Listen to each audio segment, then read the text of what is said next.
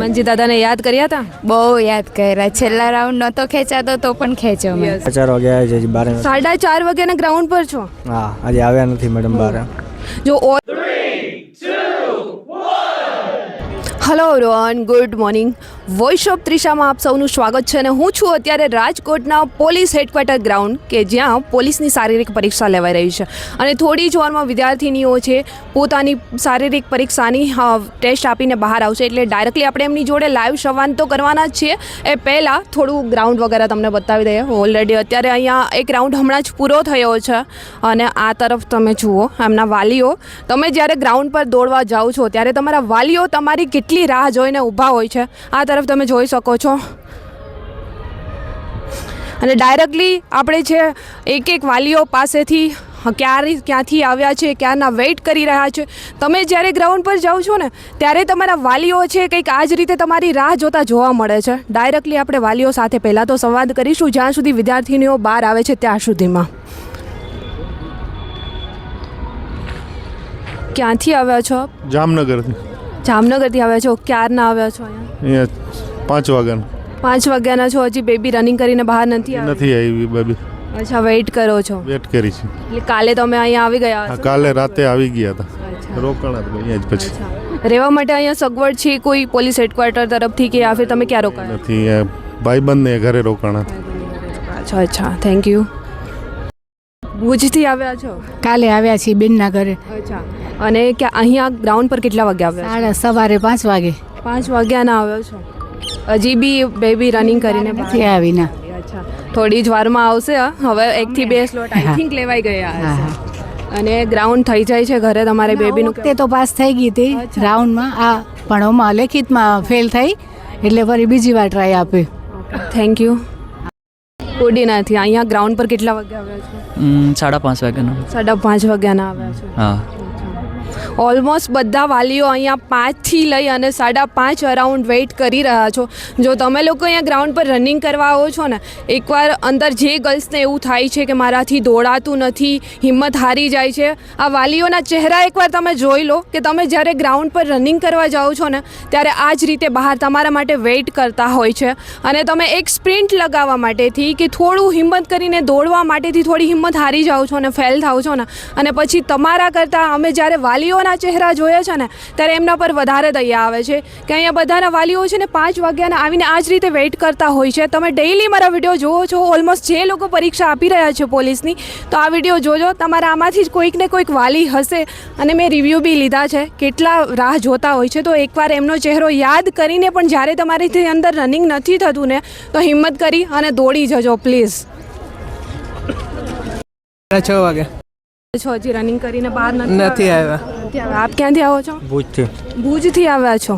4:30 વાગે આવ્યા છે, 4:30 વાગ્યાના ગ્રાઉન્ડ પર છો? હા, આજે આવ્યા નથી મેડમ બહાર.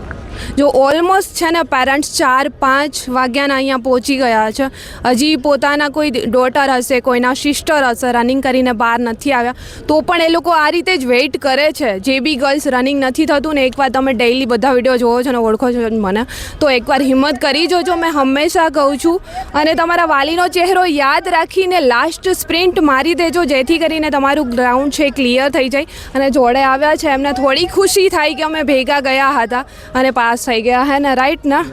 કે તમે લોકો બહાર આવશે તો એ જ જોવા માંગશો કે ડોટર છે કે સિસ્ટર છે કે પાસ થઈને આવે. યસ. કેમ કે બધા તમે ક્યારના વેઇટ કરી રહ્યા? વેઇટ કરી રહ્યા છીએ અમે. પ્રેક્ટિસ કરતા હતા. કોણ છે તમારી જોડે? સિસ્ટર? મારી સિસ્ટર છે. પ્રેક્ટિસ 6 વાગે કરે અને 2 ટાઈમ કરે, નાઇટ ડે. ત્યાં ક્લિયર થઈ જાય? હા, ક્લિયર થઈ જાય છે. તો ઓલમોસ્ટ અહીંયા થઈ જ જશે. ટેન્શન લેવા જેવું છે નહીં. છે જ નહીં. થઈ જશે.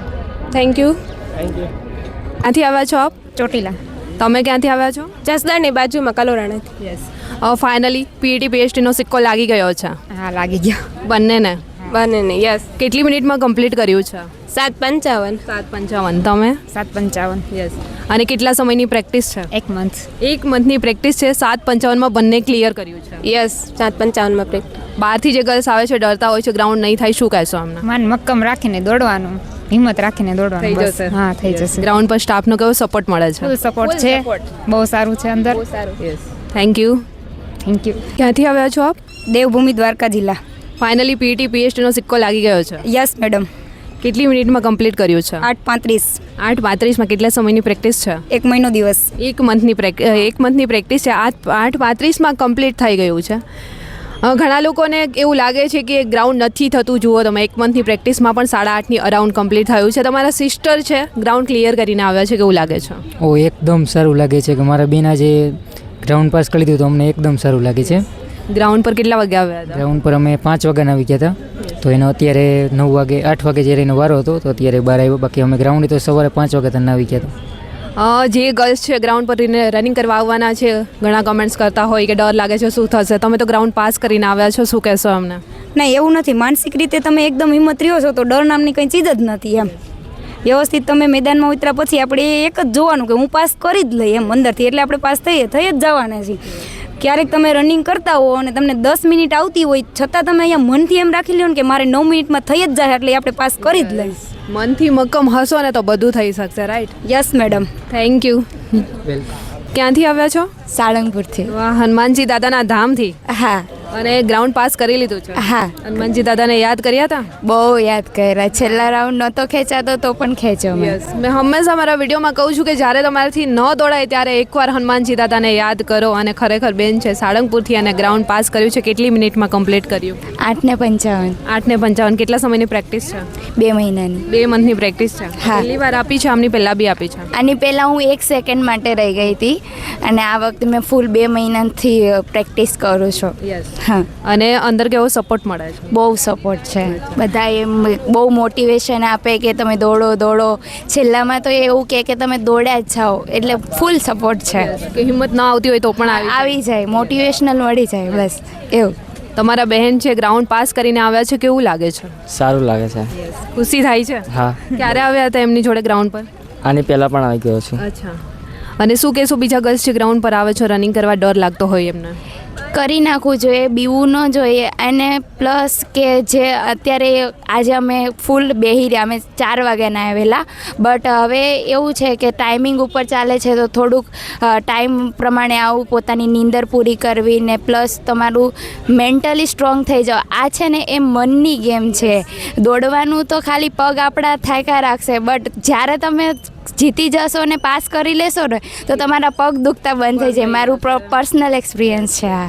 અને ટાઈમિંગ છે જે કોલ લેટરમાં લખેલો છે ત્યારે જ એન્ટ્રી આપે છે? હા, એવું નથી, પણ થોડોક કલાક 2 કલાક જેવું વહેલું આવું, વધારે વહેલું ન. અમે આજે કેટલા 4 વાગ્યાના આવ્યા પણ અમને કેટલા 7, 7:30 જ લીધા હતા. એટલે ટાઈમિંગ ઉપર જેનો ટાઈમ પહેલો હશે એને જ લે છે, એવું છે આજે, એવું કર્યું છે.